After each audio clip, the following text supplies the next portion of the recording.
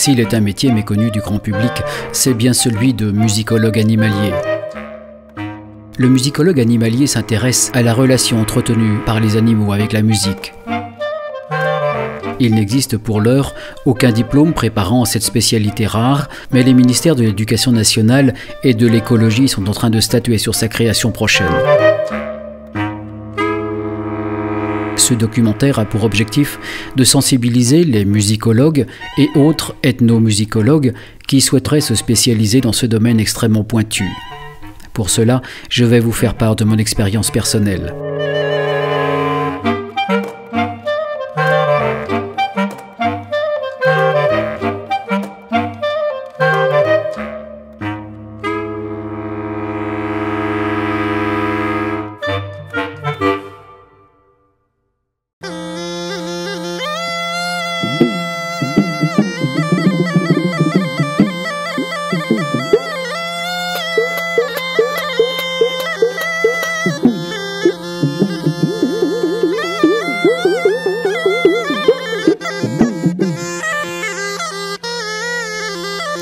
En Inde, si vous souhaitez étudier la musique des charmeurs de serpents, par exemple, il vous faut tout d'abord apprendre à dominer votre peur des reptiles en tout genre.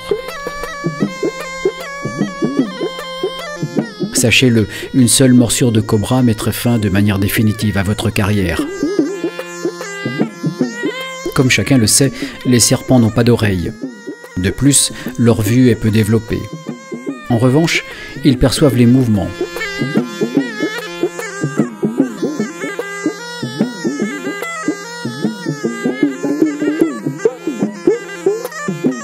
Comme les cobras n'ont pas d'oreilles, vous aurez compris qu'il n'est pas question pour eux de danser en rythme.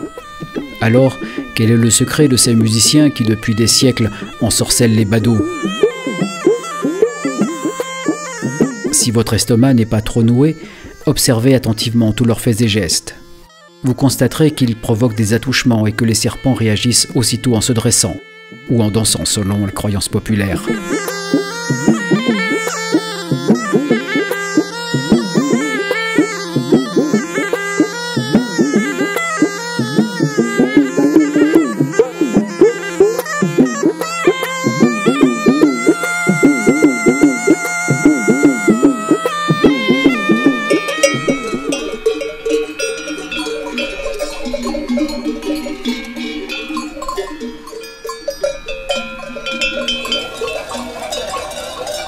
Les sonnailles portées par les animaux permettent à leurs propriétaires de les localiser.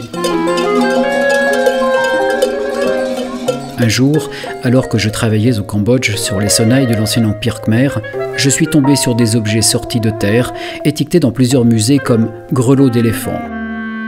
Si la taille de ces objets peut effectivement en faire des sonnailles d'éléphant, aucun bas-relief cambodgien ne les représente.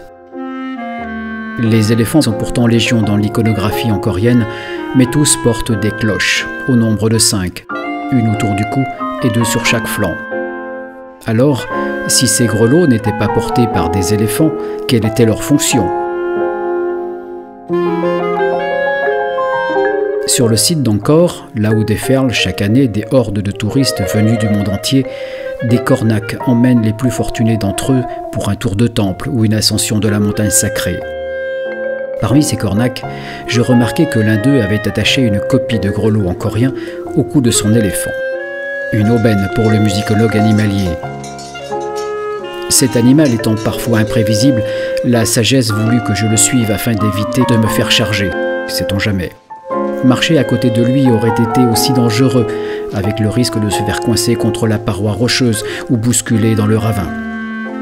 Dès les premiers pas, je dus constater la faible efficacité du grelot.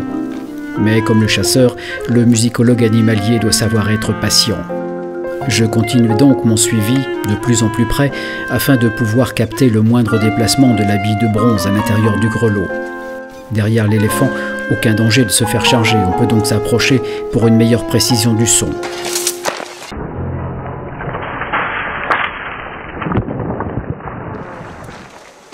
Je découvrirai quelques mois plus tard, grâce à l'iconographie d'un temple khmer situé en Thaïlande, que ces grelots étaient effectivement accrochés au cou des éléphants.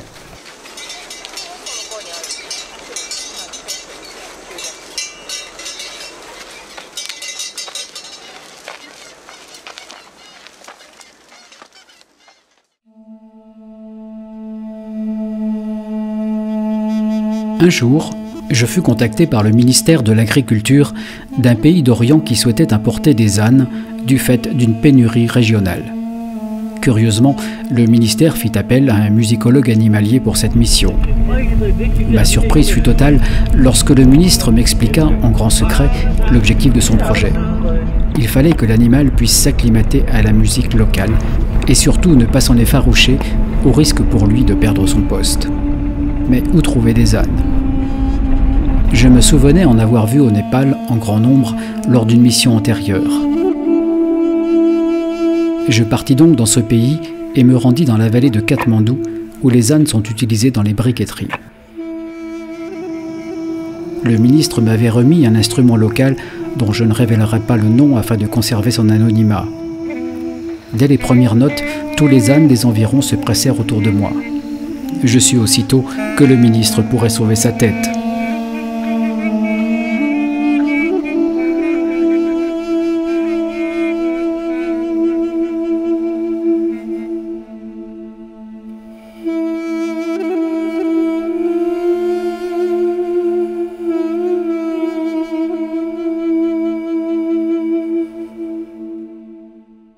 Un autre jour, toujours au Cambodge, mes recherches m'amenèrent à reprendre ma casquette de simple ethnomusicologue pour m'intéresser à une forme de chant funéraire devenue rare, le smote.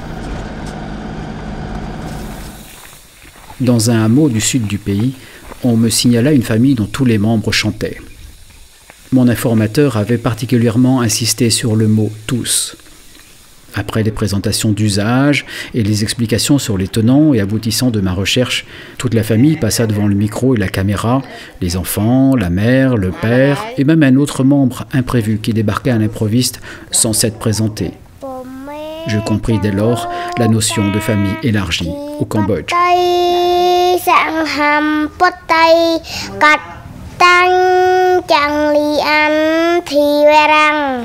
Đầm rét rung rừng mũi khuôn nhung ô prong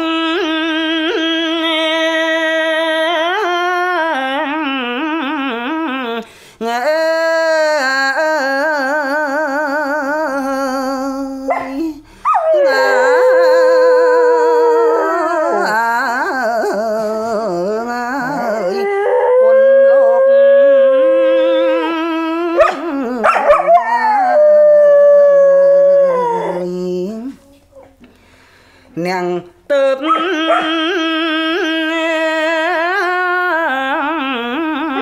ngỡ